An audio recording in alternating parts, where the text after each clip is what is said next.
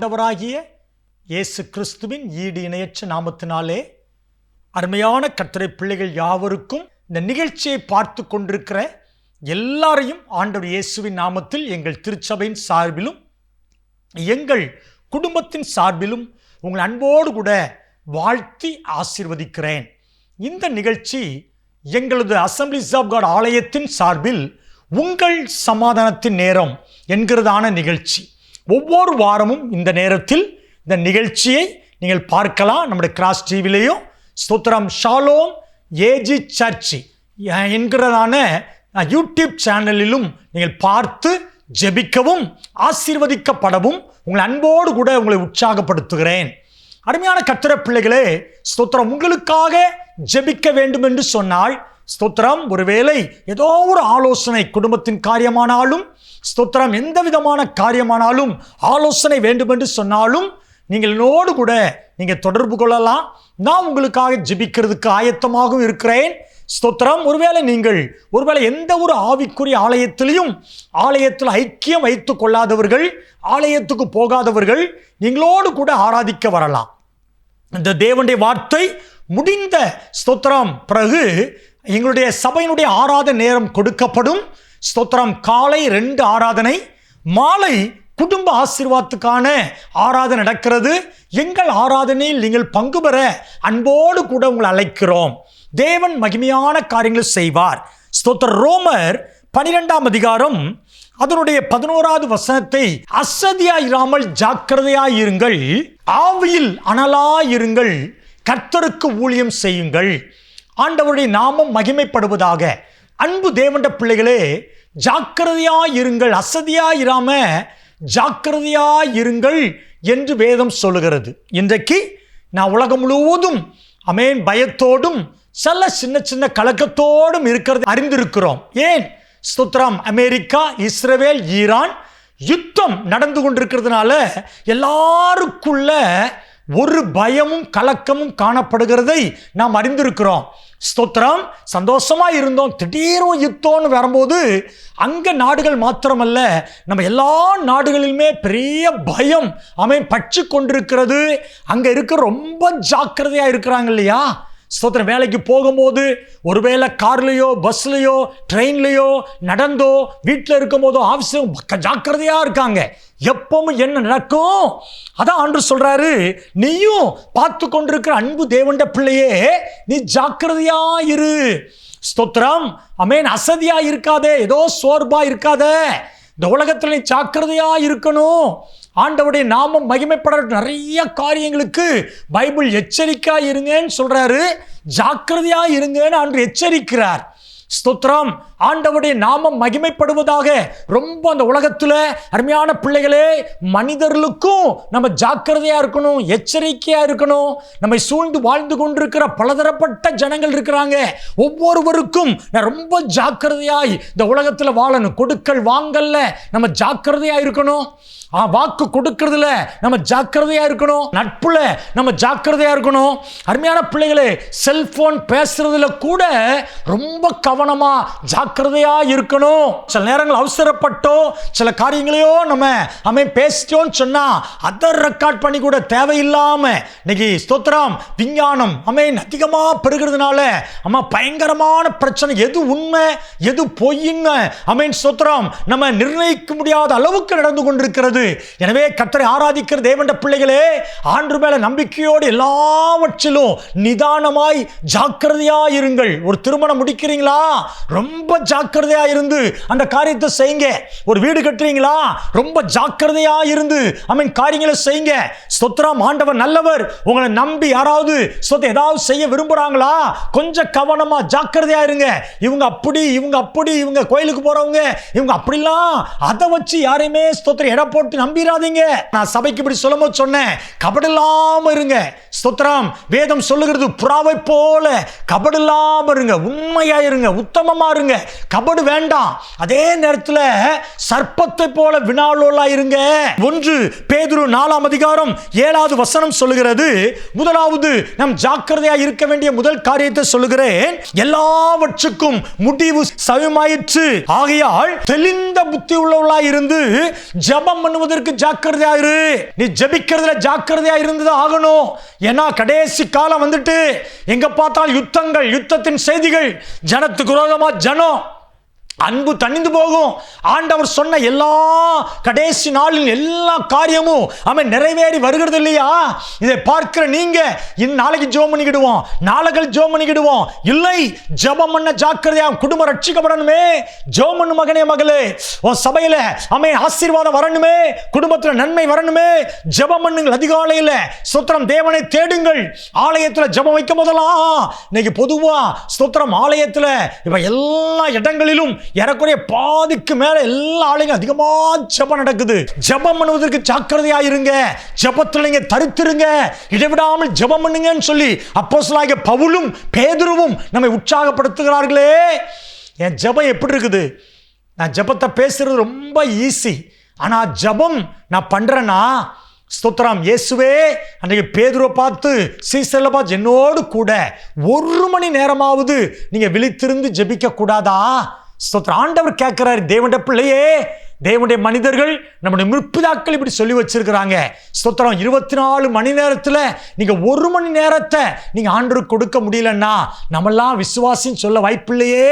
அருமையான பிள்ளைகளே, 1 மணி நேரத்தை கூட 4 பிரிவா 2 பிரிவா வைத்து கூட நீங்க ஜெபம் பண்ணலாமே. காலையில் ஒரு 1/2 மணி நேரம் ஆண்டவருக்கு மகிமை, ஸ்தோத்திரம்.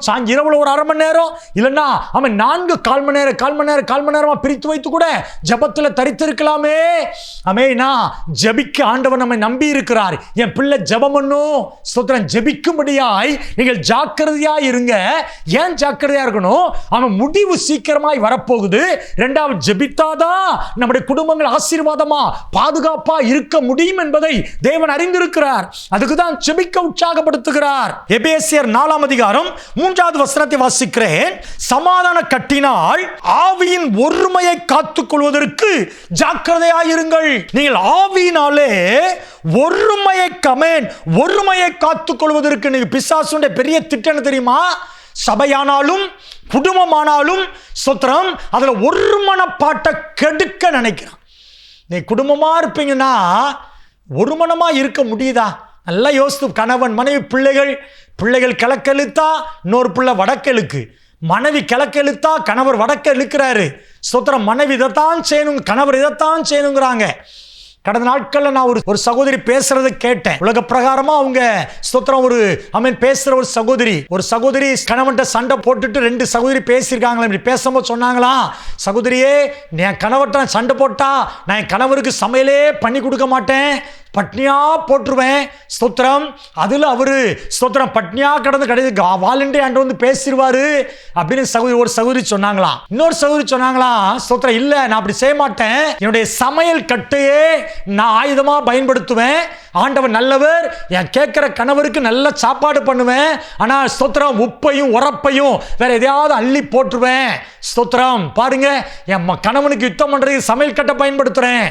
ஸ்தோத்திரம். ஒரு விளையாட்டுக்காக நம்ம சிந்தனைக்காகவும் சொன்னாலும் சில ஒருமனப்பாட்டு சில குடும்பத்தில் குறைந்து, எதுக்கெடுத்தாலும் சந்தேகம், எதுக்கெடுத்தாலும் சண்டை, ஸ்தோத்திரம், எதுக்கெடுத்தாலும் போராட்டம். ஸ்தோத்திரம்.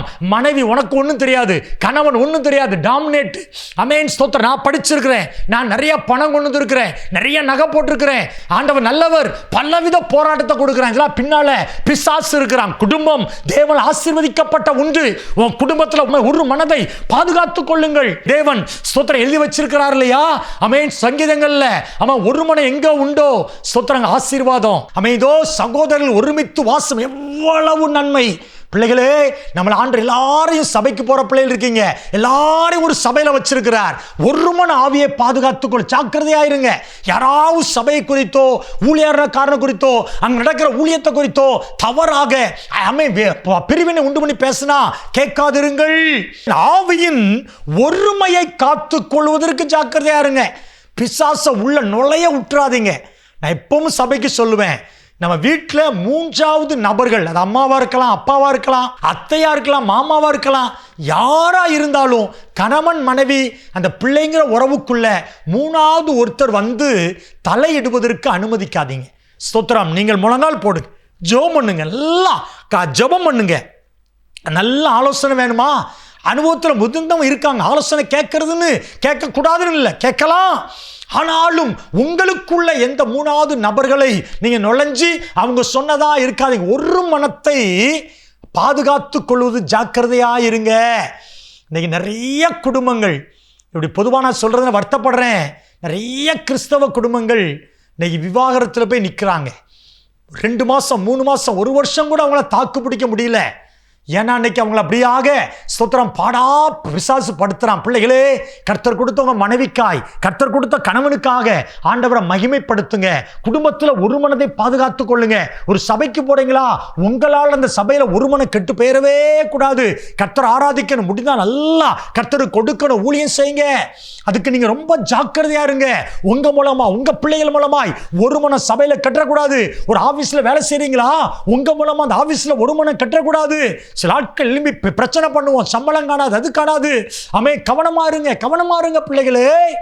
ஸ்தோத்திரம். 3வது ஆண்டவர் சொல்லுகிறார் பாருங்க, 2 பேதுரு 3:14, ஆகையால் பிரியமானவர்களே, இவைகள் வர காத்திருக்கிற நீங்கள் கரையற்றவர்களும் பிழையில்லாதவர்களும் சமாதானத்தோடு அவர் சந்நிதியில் காணப்படும்படி ஜாக்கிரதையா இருங்கள். ஜாக்கிரதையா இருக்கணும். எதுக்கு ஜாக்கிரதையா இருக்கணும்? ஸ்தோத்திரம். என் ஆண்டவராகிய இயேசு கிறிஸ்து அவர் சந்நிதியில் காணப்படும்படியாக, இயேசுவின் வருகை சீக்கிரமாய் வரப்போகிறது பிள்ளைகளே. என் மணவாளனாகிய ஆண்டவராகிய இயேசு கிறிஸ்து மணவாட்டியாகிய சபையை அவன் மணந்து கொள்ளும்படியாக மத்தியாகத்தில் வரப்போகிறார். அவர் எக்கால சத்தம் கேட்க போகுது. இயேசுவின் வருகை சமீபம். அவர் சந்நிதியில் அந்த வருகையில கடந்து போகும்படிக்கு அன்பு தேவண்ட பிள்ளைகளே, முதலாவது சொன்ன, நீங்க ஜெபம் பண்ணுவதற்கு ஜாக்கிரதையாயிருங்க. ஜெபம் பண்ணாதான் ஆசீர்வாதம். 2வது, குடும்பத்துல ஒரு மனத்தை, சபையில ஒரு மனத்தை காத்துக்கொள்வதற்கு ஜாக்கிரதையாயிருங்க. 3வது, இயேசு வரப்போகிறார். அவர் வருகையில காணப்படும்படி நீங்க ரொம்ப ஜாக்கிரதையாயிருங்க. இயேசு வருகையில் நீங்கள் நானும் போகணும். ஆண்டவருடைய நாமம் மகிமைப்படுவதாக. ஸ்தோத்திரம். அது மாத்திரமல்ல, ஒரு வசனத்தை வாசித்து நான் ஜெபிக்கிறேன். லூக்கா 15:8, அன்றியும் ஒரு ஸ்திரீ 10 வெள்ளிக்காசை உடையவளாய் இருந்து அதில் 1 வெள்ளிக்காசு காணாமல் போனால் விளக்கை கொளுத்தி வீட்டை பெருக்கி அதை கண்டுபிடிக்கும் வரைக்கும் ஜாக்கிரதையால் தேடாமல் இருப்பாளோ? ஆமென். பிள்ளைகளே, ஆண்டவர் உங்களை நம்பி தந்ததான திறமைகள், தாளந்துகள், வரங்கள், இவளை ஒன்னையும் இழந்து போயிடாதீங்க. ஜெபாவை இழந்துடாதீங்க, உணர்வுள்ள இருதயத்தை இழந்துடாதீங்க, தாழ்மை இழந்துடாதீங்க, அன்பை இழந்துடாதீங்க, ஐக்கியத்தை இழந்துடாதீங்க, விட்டு கொடுக்கிற தன்மை இழந்துடாதீங்க. இந்த 10 வெள்ளிக்காசு 10 விதமான காரியத்தை குறிக்குது. தேவன் நம்மை நம்பி தந்த ஜெபாவியை தந்திருக்கிறார் இல்லையா, பரிசுத்தத்தை தந்திருக்கிறார் இல்லையா, தாழ்மையை தந்திருக்கிறார் இல்லையா, அன்பை தந்திருக்கிறார் இல்லையா, ஐக்கியத்தை தந்திருக்கிறார், அழகான திருச்சபையை தந்திருக்கிறார், அழகான குடும்பத்தை தந்திருக்கிறார், வெள்ளிக்காசு போல தந்திருக்கிறார். இதை ஒரு நாள் இழந்து விடாதீங்க. ரொம்ப கவனமா இருங்க. ஒன்று சின்ன நம்ம இடரல் வந்தாலும் ஜாக்கிரதையாய் மனம் திரும்பிடுங்க பிள்ளைகளே.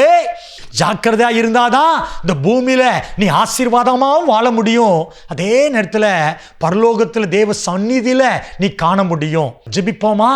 அன்பின் ஆண்டவரே, இந்த நாளிலும் அப்பா ஜாக்கிரதையா இருங்கள் என்று சொல்லி, அப்பா ஜாக்கிரதை கொடுத்து சில வார்த்தைகளை ஜனங்களுக்கு கொடுக்க உதவி செஞ்சீங்க. நானும் பிரசங்கத்தை கேட்ட எங்கள் பிள்ளைகளும் ரொம்ப ஜாக்கிரதையாய் மகிமையாய் வாழ கிருபை தாங்க. வியாதியோடு இருக்கிற பிள்ளைகள் வியாதி மாறட்டும், தேவையோடு இருக்கிற தேவை சந்திக்கப்படட்டும். எந்தெந்த பகுதியில் வியாதியோ எல்லா வியாதிகளை இயேசுவின் நாமத்தில், பில்லிசுனை கட்டுகள், விக்கிர கட்டுகள், கேன்சர் ஆண்டவரே, கட்டிகள் ஆண்டவரே, போராட்டங்களை இயேசுவின் நாமத்தில் கட்டுகிறேன். தேவை சந்திக்கப்பட ஒவ்வொரு பிள்ளைகளுடைய தேவைகள், பொருளாதார தேவைகள், சரீர பிரகாரமான தேவைகள் எல்லாம் சந்திக்கப்படட்டும். இந்த நாள் உங்கள் சமாதானத்தின் நேரத்தை தகப்பனைகளுக்கு ஆசீர்வதித்து கொடுத்ததற்காக நன்றி. இயேசுவின் நாமத்தில் ஜெபிக்கிறோம் நல்ல பிதாவே, ஆமென், ஆமென். கர்த்தருடைய வார்த்தை கேட்ட கர்த்தருடைய பிள்ளை எல்லாரும் கர்த்தர் ஆசீர்வதிப்பார். God bless you.